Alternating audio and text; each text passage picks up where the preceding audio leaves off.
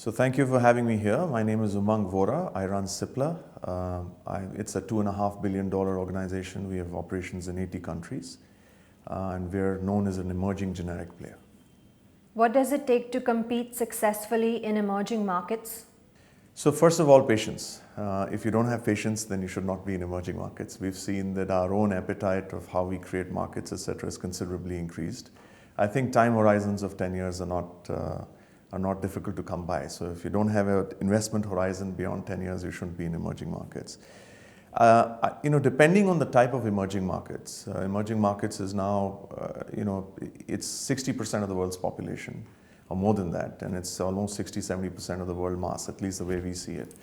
So I'd like to say that there are two categories of emerging markets we see. We see BRICS and ascending BRICS, if that's one category. So BRICS we know, and then ascending BRICS would be Turkey, would be Indonesia, Malaysia, and things like that. And then there's this part of Africa and some parts of Southeast Asia and some parts of Latin America that are truly emerging markets, right? And I think the toolkits for both are very different.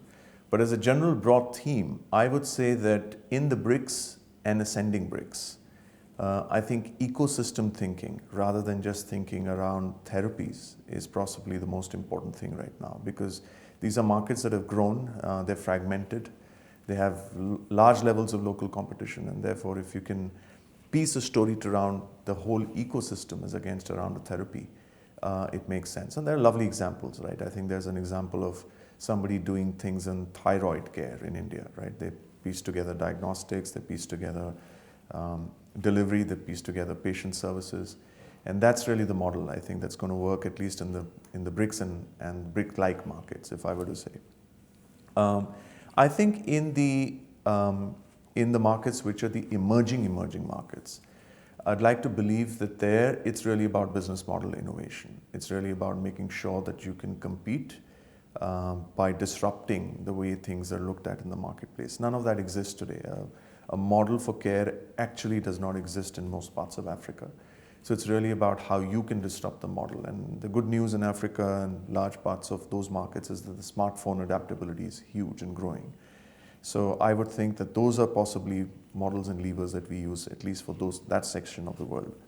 Affordability is going to be key throughout, and therefore you have to make sure that no matter what you do, you are going to be affordable to a large section. I don't believe that to a large extent the emerging markets are still working on a thesis where you could say we're just going to attract the top 10% of the people because they can pay.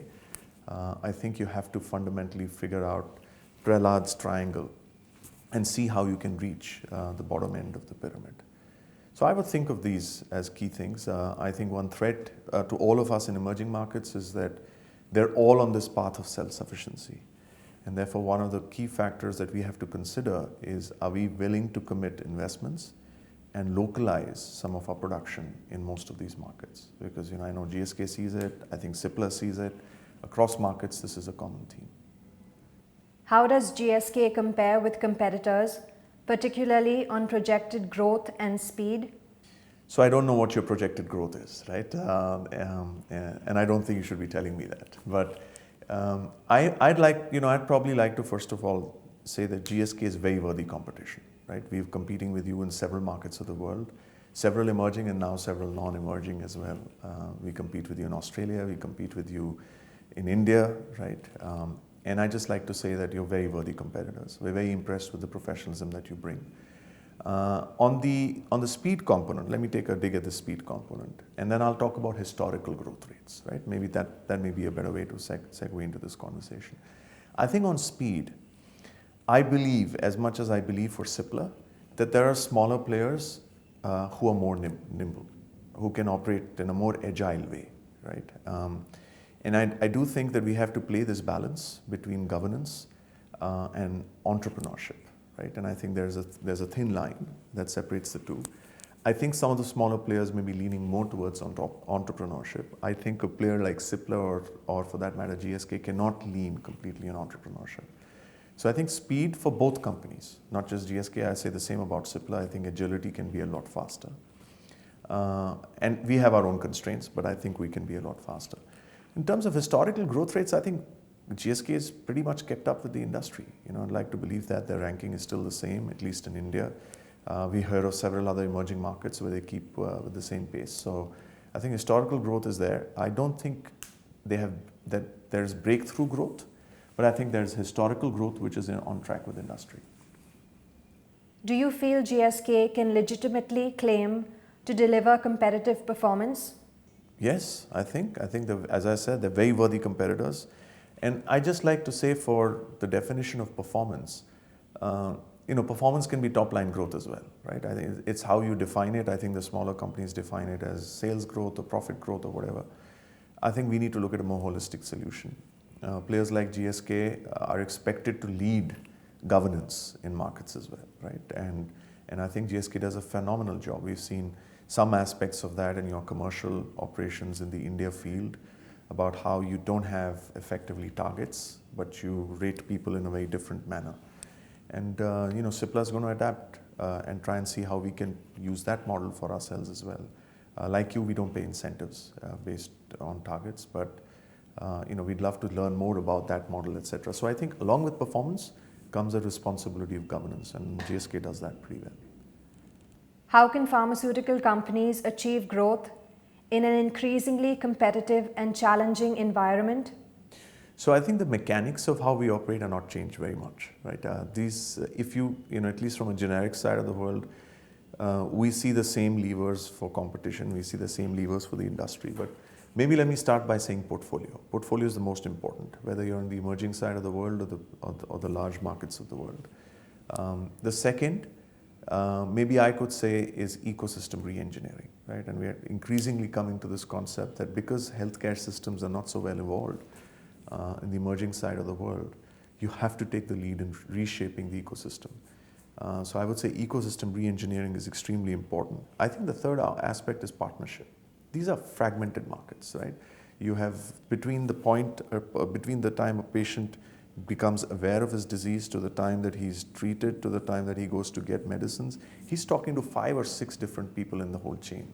So some kind of an aggregation there is going to make a lot of sense. So that's what I think in terms of, those are the 3-4 things that I would say. Value innovation is very important. So it's not just innovation to deliver the lowest cost of the medicine, but it's also innovation on how you can reach the patient more effectively, how you can provide compliance to the patient more effectively.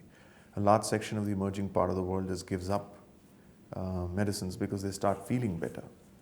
But it comes back and very often pushes families to poverty, right? So I think the whole concept of value innovation is important as well. So maybe these 4 factors, your portfolio, right? And sorry, I wanted to start with the most important and I didn't. It's people. Because I think this part of the world is largely entrepreneurial, right? Because imagine a fragmented industry. If you don't have the right people, right, you could go very wrong in emerging markets. So I would say people, portfolio, ecosystem re-engineering, and then I'd say business model value innovation. How important is commercial execution in a world of increasing pressures on pricing, our costs, demonstrations of value, and our regulatory environment? Too many questions, but let me say that it's very important. It's very important because, and I'll again classify it into 2 aspects. I think the manner in which you reach your doctors, the manner in which you reach your patients, has to have utmost governance around it, right? So the regulatory aspect of this is, if not at any time, it's the most important right now, because the emerging market patient and consumer is a lot more aware today than they were maybe 5 or 7 years back about their diseases, about their rights, about government regulations, right? So I think that's the most important thing to do. But we're also seeing a trend across emerging markets, and some of this is led by the government, where the pressure on prices is very important. And most governments in this side of the world have understood this, because a large section of the emerging markets are still out-of-pocket markets. They're not insured markets, right? So I think the whole issue around using your commercial engine, you have a market that's going to probably degrow. We have to understand that the rules for the emerging markets are now getting written differently. Earlier, these were inflating markets. So you could have the ability to raise prices to the tune of inflation, right? Now a large part of the world is not inflating, right? In fact, a large part of the world runs the risk of deflation. And therefore, we have to get used to the model where prices will go down 10%, right? R&D will have to be a lot more active. And therefore, when you begin to play these two, I think the third variable, which is your commercial costs and your commercial reach and infrastructure, that becomes the most important, right? So commercial execution is going to be really important. I think we just have to sit back and say that we've got to do a lot more with less. So maybe I would not hesitate, at least in Cipla, from setting a target where I would say I would do the same things that I did in the previous year, but with 20% less. 20% less resourcing, maybe 20% less manpower, maybe 20% less anything. And that, digital and everything around it allows us to do this, right? And that, I think we just have to live with that reality now. What is required to compete for talent, and how imperative is it to develop capability? It's the biggest imperative, right? As I said, people are the most important. I think we have a couple of problems with talent in our sector. This is not the glamorous sector that the young talent want to work in, right? They want to be in sectors where, they're fundamentally they have a wider reach than possibly pharma companies can offer them. But there's one thing that we can all look for in talent that allows longevity of talent in our organizations. I think our biggest problem is longevity, frankly, because a lot of people join pharma and then they leave it. And I think one of the things that we use to assess is whether these people have a connect with your purpose, right? So if you're young out of college and you believe that you will make a difference to people's lives in whatever you do, then those are the side of people that I think the pharma industry is best in hiring.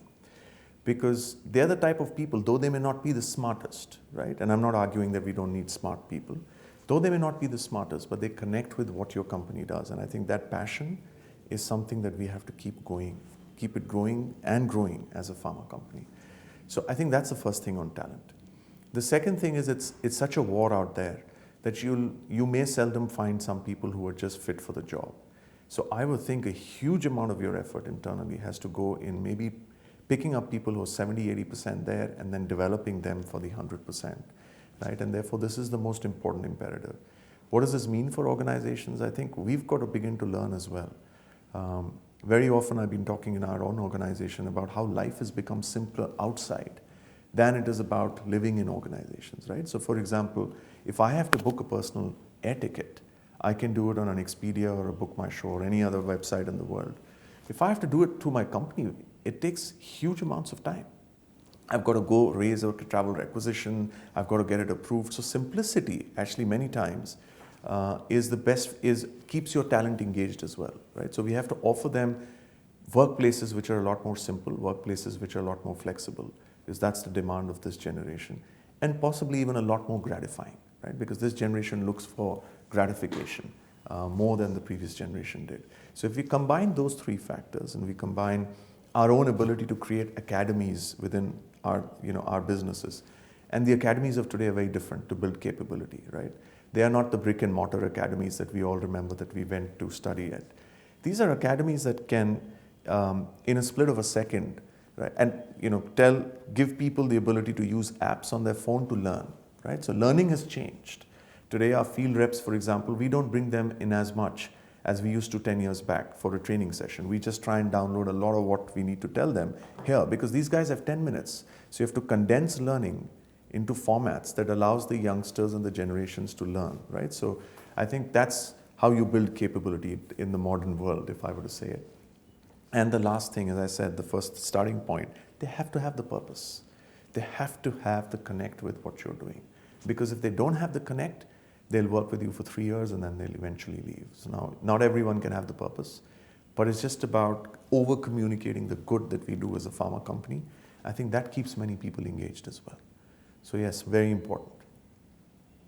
Demand for healthcare innovation is rising, but so are economic and societal pressures, particularly affordability. In such a world, how innovative do new products need to be valued and compete? I think they have to be very innovative.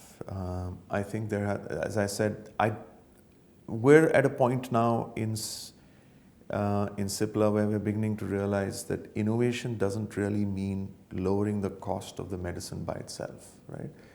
it also means that if we see a patient, how do we ensure that that patient stays compliant to this medicine, especially if it's a chronic disease, right? So if it's asthma or it's COPD, many patients after a while they just stop using the inhalers, right? And then their condition begins to degenerate.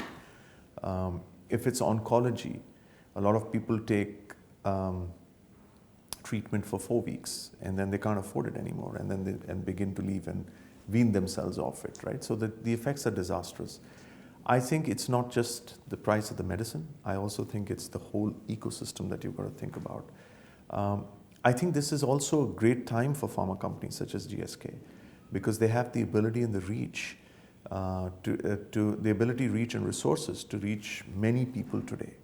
And look at this generation. This is so self-aware.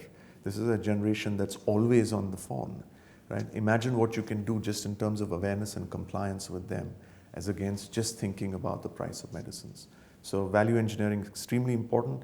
I just don't think all of that effort should be in lowering the price of the medicine. What challenges and opportunities are presented by disruptive technologies such as e-commerce or digital enablement of healthcare services, processes and research? All three present opportunities, right? But let me start with my favorite, and that's digital. I think we are seeing 3 areas that digital helps us tremendously. The first area is our outreach to the patient. That's going to change quite dramatically, right, as we look at digital. And I think it's easier to do now than it used to be before. So we're trying to see what new category of patients, what new category of self-aware people who are not yet patients, right, can come into the patient funnel as a result of just digital. So that's one area that we're working on. And we're trying to do this maximum with our respiratory franchise. The second area that we're trying to work on is actually using digital to improve productivity. So this is around the Salesforce economics, right? How can we use digital? How can we create an outreach to doctors? How can we create specific targeting because of data mining, right? That we can use just to make sure that we're targeting the most effective doctors for our physician universe. And the third is your own internal processes, right? There's a huge amount of data that all of us companies collect. What can we use? What technologies can we use that give us the ability to process this data and make our operations a lot more productive, right? So we're saying, can we reach 10% more patients because of our digital outreach? Can we reduce or can we improve our productivity by another 10, 20% on a year-to-year basis just because of the use of digital? And that's the tango that we're trying to do with the use of digital. E-commerce is important, right? I guess the question that pharma companies have to ask themselves is, can this be a business that you could invest in and still allow that business to be pretty impartial to who they buy from, right? That's the big question. So it could be incubated maybe as a different model. But yes, it is a disruptive model.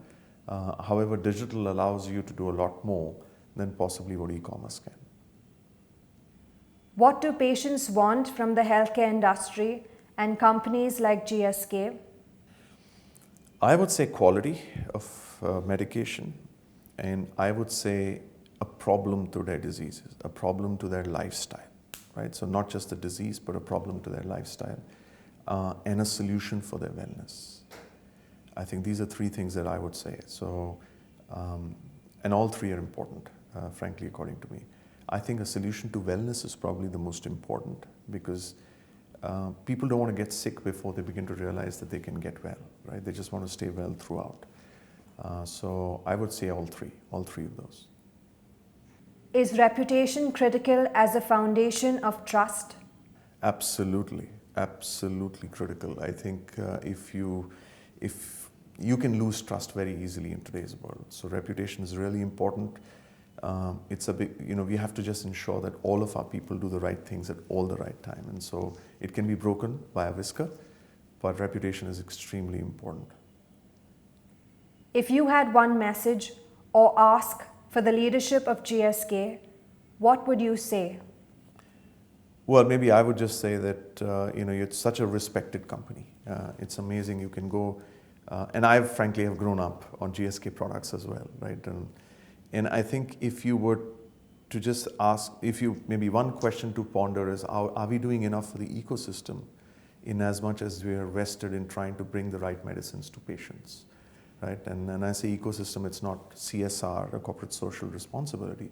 It's more about diagnosis, right? Are we working the emerging markets around diagnosis? Are we working the emerging markets adequately around insurance? Are we working, so, what's the component of the whole ecosystem that we're considering?